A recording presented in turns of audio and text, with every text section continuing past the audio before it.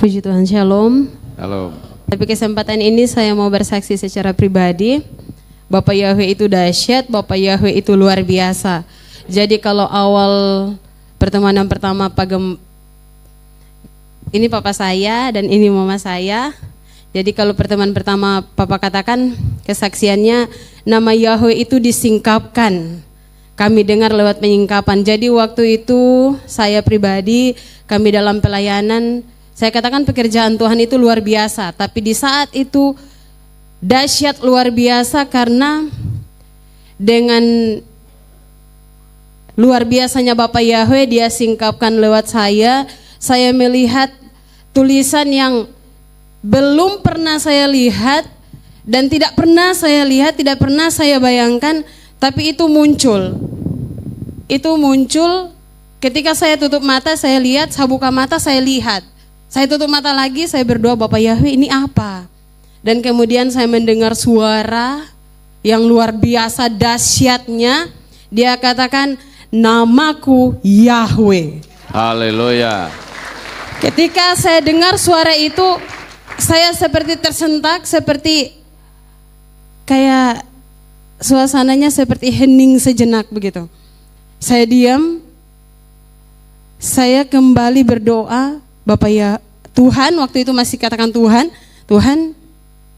suara apa yang saya dengar? Kemudian dia ulang lagi, lebih jelas lagi dia katakan, namaku Yahweh.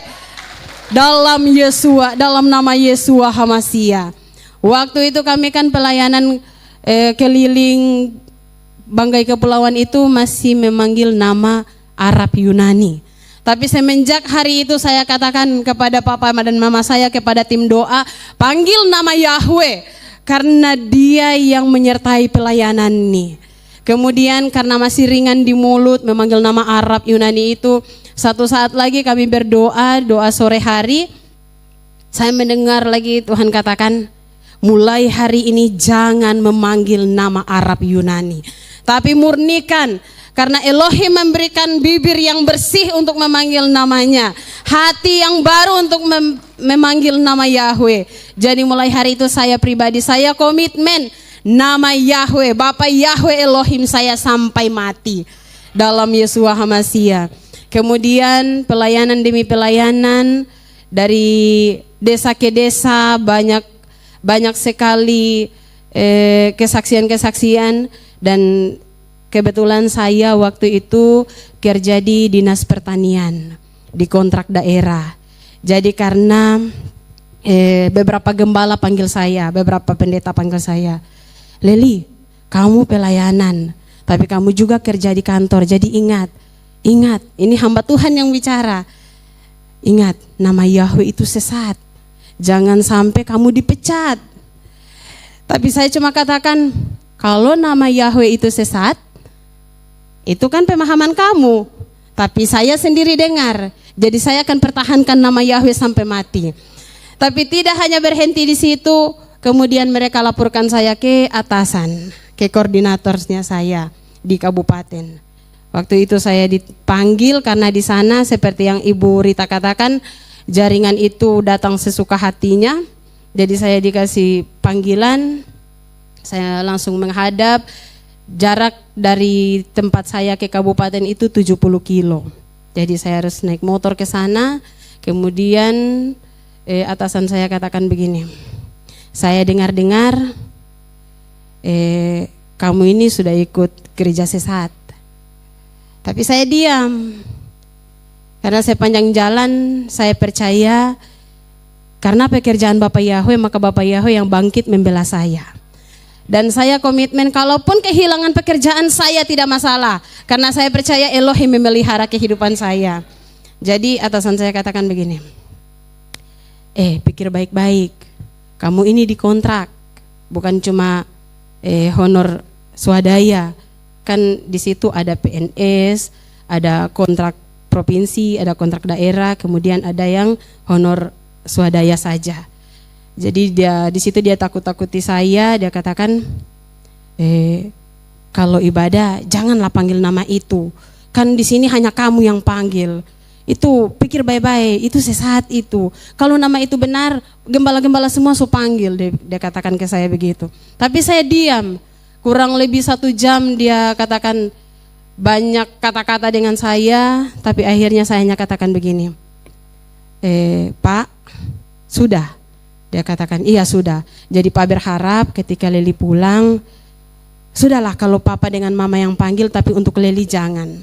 Tapi saya berdiri, saya ambil tas, saya hanya katakan, Pak, lebih baik saya kehilangan pekerjaan daripada saya stop panggil nama itu. Dia hanya cukup lihat saya, kemudian cuma cukup begini saja kepalanya. Kemudian setelah saya sampai di motor, dia hanya katakan, pikir baik-baik. Karena dia takut jangan sampai saya kehilangan pekerjaan. Kemudian berjalannya waktu, COVID kemarin, jadi kami yang kerja di kantor itu harus menerima vaksin. Jadi kami berjumlah kurang lebih 46 orang yang dikontrak. Jadi semua teman-teman saya antrian menerima vaksin. Hanya saya sendiri yang tidak mau. Kemudian atasan saya kembali panggil. Leli, kalau kamu tidak mau divaksin, mau tidak mau saya minta maaf, kamu harus diberhentikan. Karena ini adalah salah satu persyaratan. Saya tidak pikir panjang, saya katakan, kalau saya dipecat, saya siap. Kalau saya diberhentikan, saya siap. Saya punya Elohim yang pelihara kehidupan saya. Tanpa honor pun saya bisa hidup, saya bisa berkebun. Jadi teman-teman saya katakan begini, kamu tidak rasa rugi? Karena masa pengabdian saya itu sudah 9 tahun. Kamu tidak rasa rugi? Nanti ikut CPNS. Nanti ikut P3K, kamu tidak rasa rugi? Ini karena di saat saya berhenti, di tanggal 15 itu, di tanggal 17 kami siap diberikan motor dinas. Jadi selisih 2 hari saya akan terima motor dinas. Jadi dia katakan motor dinas, terus honornya kami itu dilipat 2, dinaikkan. Jadi teman-teman saya katakan begini, Leli pikirkan baik-baik, kamu tidak rasa rugi? Ini 9 tahun. Bukan waktu yang singkat. Kamu akan terima motor dinas, kemudian diperjuangkan CPNS, kamu tidak rasa rugi? Tidak, saya katakan tidak. Saya tanpa pikir panjang saya katakan tidak. Dan benar saja Bapak Ibu, waktu itu saya dikeluarkan. Karena saya tidak mau vaksin. Jadi saya dipanggil menghadap, maaf Leli, karena kamu tidak memenuhi persyaratan, kamu harus berhenti.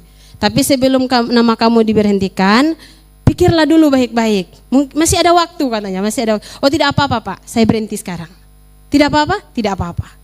Tapi saya keluar pintu kantor, saya imani kalau manusia yang menghentikan saya, Bapak Yahweh memelihara saya dengan sempurna. Hari ini saya boleh berhenti, tapi Elohim menyediakan masa depan yang penuh harapan. Saya terlalu percaya. Waktu itu saya kembali dengan senyum yang lebar. Teman-teman saya semua langsung hampiri saya, karena hanya saya satu-satunya yang berhenti. Hanya saya satu-satunya yang keluar, dan saya satu-satunya yang tidak menerima. Kemudian mereka semua bilang begini, Leli nanti kalau kamu berubah pikiran, nanti telepon saya, nanti hubungi saya akan bantu. Oh tidak perlu, saya cuma katakan tidak perlu, karena saya yakin dengan keputusannya saya. Bapak Ibu, suami saya tidak punya pekerjaan, dia hanya kerja di kebun. Jadi memang buat saya itu dari gaji penghasilan pekerjaannya saya itu sudah sangat membantu suami, dan saya punya anak 3. Jadi memang tiap hari itu luar biasa bagaimana saya mengalami pemeliharaan Bapak Yahweh dengan suami dan anak-anak. Tanpa honor yang selama ini saya sudah nikmati begitu. Jadi saya hanya berdoa, saya percaya kalau namanya saja yang besar dia singkapkan, maka berkatnya pun akan mengalir. Saya terlalu percaya. Jadi waktu itu saya setia berdoa, ikut pelayanan apapun yang terjadi. Kemudian teman-teman saya setiap ketemu saya bawa motor dinas baru, mereka katakan, Leli ini motor dinas yang kemarin. Oh iya tidak apa-apa. Leli gaji kami 2 kali. Oh iya tidak apa-apa. Sekalipun saya hanya tanam-tanam sayur, tapi tidak apa-apa, saya menikmati pembelaan Tuhan. Kemudian Bapak Ibu tahu luar biasanya Bapak Yahweh kita, hanya jarak 6 bulan. Waktu itu saya diundang untuk ikut rapat kepala-kepala desa sekecamatan. Saya di situ hanya dipercayakan menjadi perwakilan gender. Jadi hanya duduk, dengar, diam, dikasih makan-makan, hanya cukup begitu saja. Tapi luar biasanya Bapak Yahweh, apa yang tidak pernah saya pikirkan itu yang dia kerjakan. Jadi waktu itu ternyata ada pemilihan untuk ketua, sekretaris, bendahara, BUMDes. Jadi BUMDes itu untuk tingkat kecamatan. Kemudian saya duduk paling belakang, paling sudut. Tapi tidak tahu kenapa, tapi saya percaya itulah Bapak Yahweh luar biasa. Dipilih, akhirnya pilihan itu jatuh kepada saya. Elohim mengangkat saya menjadi kepala. Kalau yang di pertama pekerjaan saya itu saya orang bawahan, orang yang diatur. Hari ini saya Bapak Yahweh angkat menjadi kepala. Saya yang mengatur teman-teman. Saya justru yang mengeluarkan honornya teman-teman. Jadi itulah kesaksiannya saya rindu bagikan dahsyatnya Elohim memelihara kehidupan saya. Jadi saya percaya kalau saya dipelihara, kita semua dipelihara.